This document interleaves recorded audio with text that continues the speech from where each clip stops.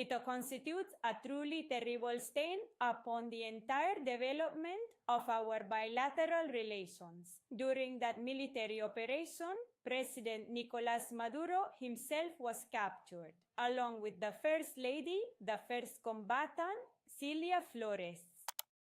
We had already warned that an aggression was underway based on false excuses and fabricated pretexts. We stated that their masks had fallen and that there was only one objective: regime change in Venezuela. And that this regime change would furthermore permit the appropriation of our vital energy resources, our precious mineral resources, and all of our natural resources. That is the genuine objective, and the entire world and the international community absolutely must understand that this is precisely the situation. Today, the people of Venezuela We have convened this National Defense Council where all the public branches of the Venezuelan state are participating. We are honored to be joined by the President of the Legislative Power of Venezuela, Dr. Jorge Rodriguez, the President of the Judicial Branch, Dr. Carilla Beatriz, the President of the Moral Branch, Attorney General Tarek William Saab. Also accompanying us, in addition, is the Minister of Defense, the head of the Strategic Operational Command, the Vice President for Citizen Security, the Council of Vice Presidents, and the Foreign Minister of the Bolivarian Republic of Venezuela, as well as special guests whom we have convened for this National Defense Council meeting. From this moment, we unequivocally demand the immediate and unconditional release of President Nicolas Maduro and his esteemed wife, Celia Flores, who is the one and only legitimate president of Venezuela. President Nicolas Maduro, we are absolutely determined to gain our freedom. Here is the most important high command of the Venezuelan state. The state itself, the military high command, the state's high command, the high command of the Council of Vice Presidents. All the political factors of national power in Venezuela are united here.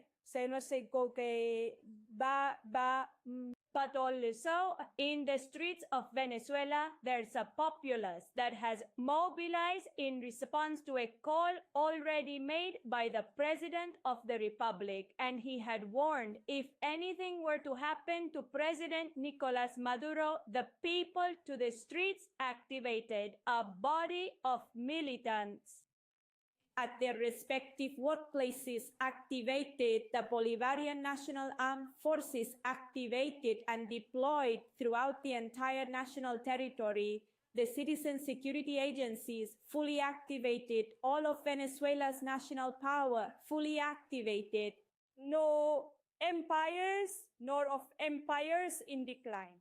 As a matter of inheritance, we have the sacred duty to protect and preserve what constitutes our national independence, what defines our sovereignty and our territorial integrity, which has been savagely attacked in the early morning hours of this very day.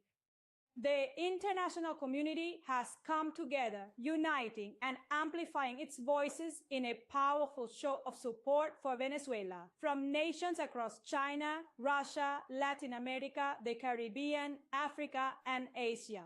The governments of the world are simply shocked that the Bolivarian Republic of Venezuela should be the victim and the object of an attack of this nature, which, without any doubt whatsoever, possesses a Zionist character. It is truly disgraceful.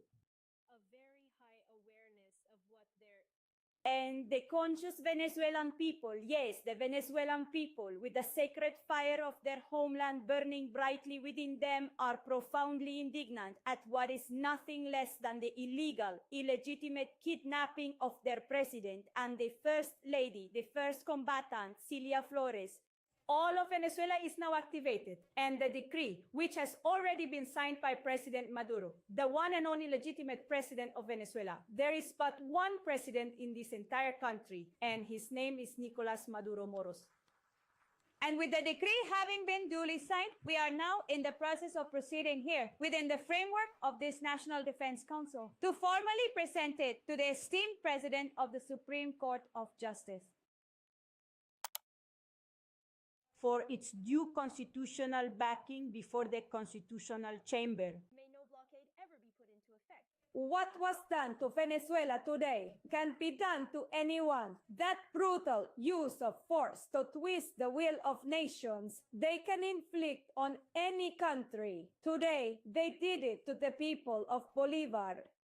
And you can be certain that the Venezuelan people, who are wise, who are patient, who possess strategic patience, will know how to find the path for the defense of peace, for the defense of tranquility, and for the defense of our homeland. Thank you all very much.